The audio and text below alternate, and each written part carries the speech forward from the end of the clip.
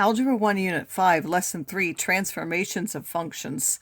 So we want to be able to identify transformations of lines from a given line and then describe what change results in a graph from changing a parameter, either the slope or the y-intercept. So to do that, let's explore what happens. Suppose you pick any value of m. You can pick 2, you can pick -3. Don't pick it to be too far away from 2, or what. You can pick a fraction. Make sure it's going to fit, say, 3 or 4 points. So you can pick 4/5, -4/5, 2/3, -2/3, a half, -a half, 2/3. Again, whatever you want. So you're going to pick a particular slope. Write the value that you pick in this line. Then you're going to pick different values of the y-intercept. So this person picked 1, 3, and 6. You can pick, again, anything that fits along here, anything from -10 to 10, because it has to fit on that graph. And of course, make sure along with your slope, you get at least 2 or 3 points in there. So you're going to put your value of m, and then your 3 different values of b. And then you're going to write the equation. Well, if this is m, it's going to go in front of the x everywhere, and then your values of b would go here. Then you're going to graph each one of those lines. So for example, if I have b as 1, I would start here and then use the slope. If the b is 3, I would start here. B is 6, I would start here. B is -5, I would start here. And then I'm going to use the slope. So take a few moments and graph 3 different lines for a particular value of m and 3 different values of b. I happen to pick the slope is 2/3, b is -2, 2, and 5, so I put 2/3 everywhere for m, and then the 3 different values of b. And of course I did what? I graphed the intercepts -2, 2, and 5, and then it went over 3 and up 2, over 3 and up 2, or down 2 and left 3, down 2 and left 3, and I got this. And when we compare those lines, what do we see? So we find that the lines are parallel with different y-intercepts when the slope is always the same. So the lines will be parallel. Now I want you to pick different values of b and graph the lines with y equals mx plus b, but use different value as m where they're increasing. And to make it easier, you can pick them either all positive or all negative so that you know that they're getting bigger easier. So Jenna happened to choose b equals 4 along with m as 1/2, 1, and 2 for the slopes. And then she graphed the lines. Of course, they now have different slopes. They have the same y-intercept. So put your value of b and your slopes, your equations, by putting your m's in the front and then the same value of b along the side. And then take a few moments and graph those.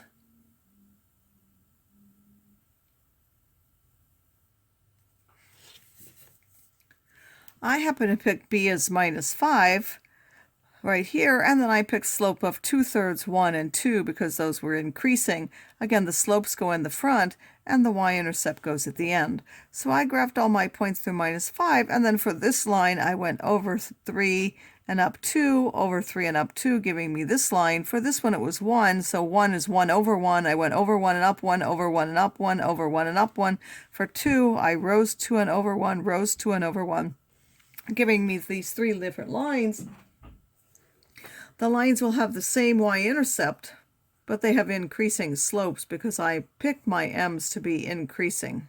So now if we fill this in, what do we have? We see that parallel lines, what do we notice about parallel lines? Well, they were parallel when they have the same slope. And which ones are intersecting lines? Well, the ones that intersected, they were the ones with the same y-intercept. So if you have the same y-intercept, they're going to intersect at that y-intercept. And lines with different slopes are going to be what? Again, the ones with different slopes were these. We also know that those are intersecting lines. So if you have different slopes, they must intersect. If they have the same slope, they're parallel. This is an important thing to notice about lines. Now, there are other things we can do as well with transformations. If we have the function y equals 3x minus 4, find each transformation and describe what it does, which of the slope, y-intercept, or x-intercept will change, if any, and what type of lines are the original and the transformation, and then use your graphing calculator to check. Well, we have f of x plus 2. What do we know from this? We know that f of x plus 2 should shift the line 2 to the left from unit 4 because this is 2 added on the inside. What does f of x plus 2 mean? Well, whatever goes inside of the function notation, that's what has to go in place of x. So in place of this x, we need to now put x plus 2. So we have 3 times x plus 2 minus 4. If we multiply that out, that's 3x plus 6, subtracting 4. 6 minus 4 will give us 3x plus 2. And we will see that f of x plus 2 shifts the original line 2 units left. We see that they both have the same slope, so it didn't change the slope of the line, it did change the y-intercept, and it will also change the x-intercepts. The two lines are parallel.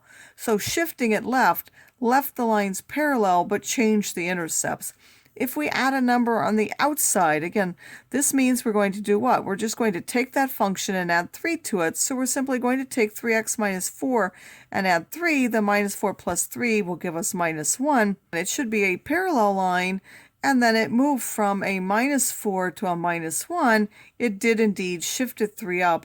If you graph them on your graphing calculator again, you will see that shifting up also left the slopes the same, but will give you different y and intercepts. They'll still be parallel. So shifts up and down, they leave lines parallel. Left and right leave lines parallel. F of 3x. Well, f of 3x now again means we're going to take 3x and put it in place of x inside of there because that's what's inside. 3 times 3x minus 4. 3 times 3 is 9. We get 9x minus 4. We know that when it's inside and it looks like we're multiplying by 3, we're really dividing by 3 or horizontally shrinking by a factor of 1/3. F of 3x has a larger slope, but it has the same y-intercept. So this horizontal shrink or stretch did not change the y-intercept. It will give different x-intercepts, and it has a different slope. 1/3 of f of x. This is now a vertical shrink. What happens to that? Well, that means we're taking 1/3 of this now. We find that it has a different slope, and it has a different y-intercept. We'll see that the x-intercept will be the same. So if we do a horizontal shrink or stretch, the y-intercept will be the same. If we do a vertical shrink or stretch, the horizontal or x-intercept will be the same. They'll have different y-intercepts and different slopes. If we do the two reflections, again, this is a reflection across the y-axis when we put it on the inside, and we do it on the outside, it's a reflection across the x-axis. F of minus x, we put minus x in place of that x, and we'll get minus 3x minus 4. It will have the opposite slope. Instead of being increasing 3, it will be decreasing 3. It has the same y-intercept. It will also have opposite x-intercepts.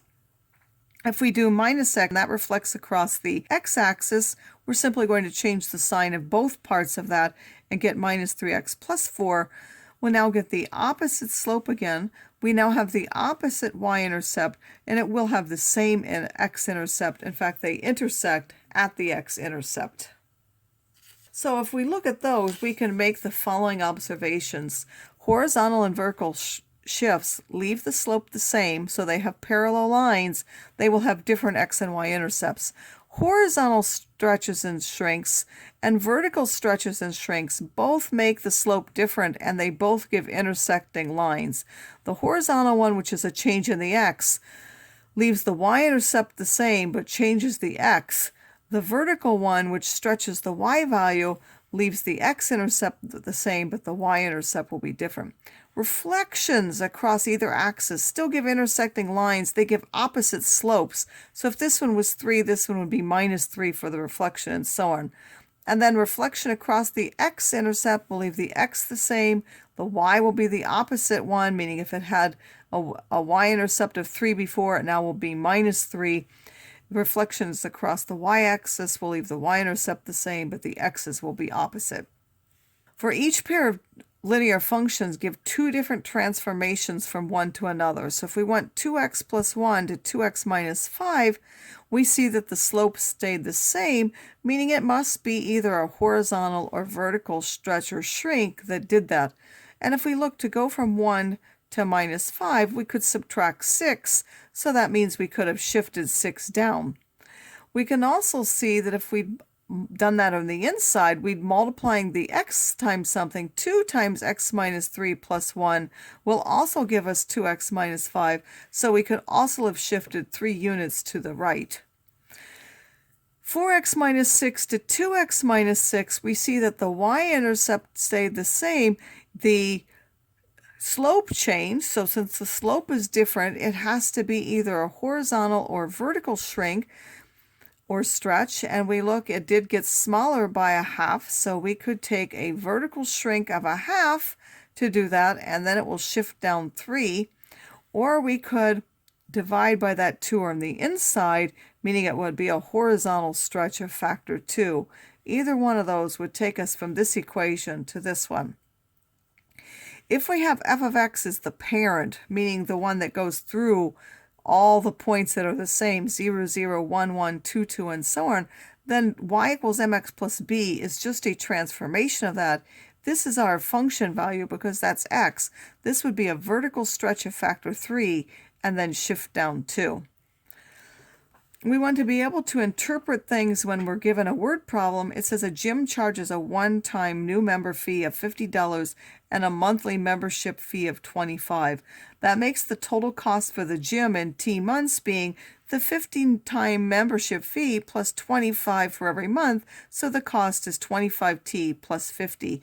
If we want to graph that, it has a y-intercept of 50, which again I did a scale of every 4 is 100 or every 2 is 50, and then each one of these is 1, but I only marked every other 2.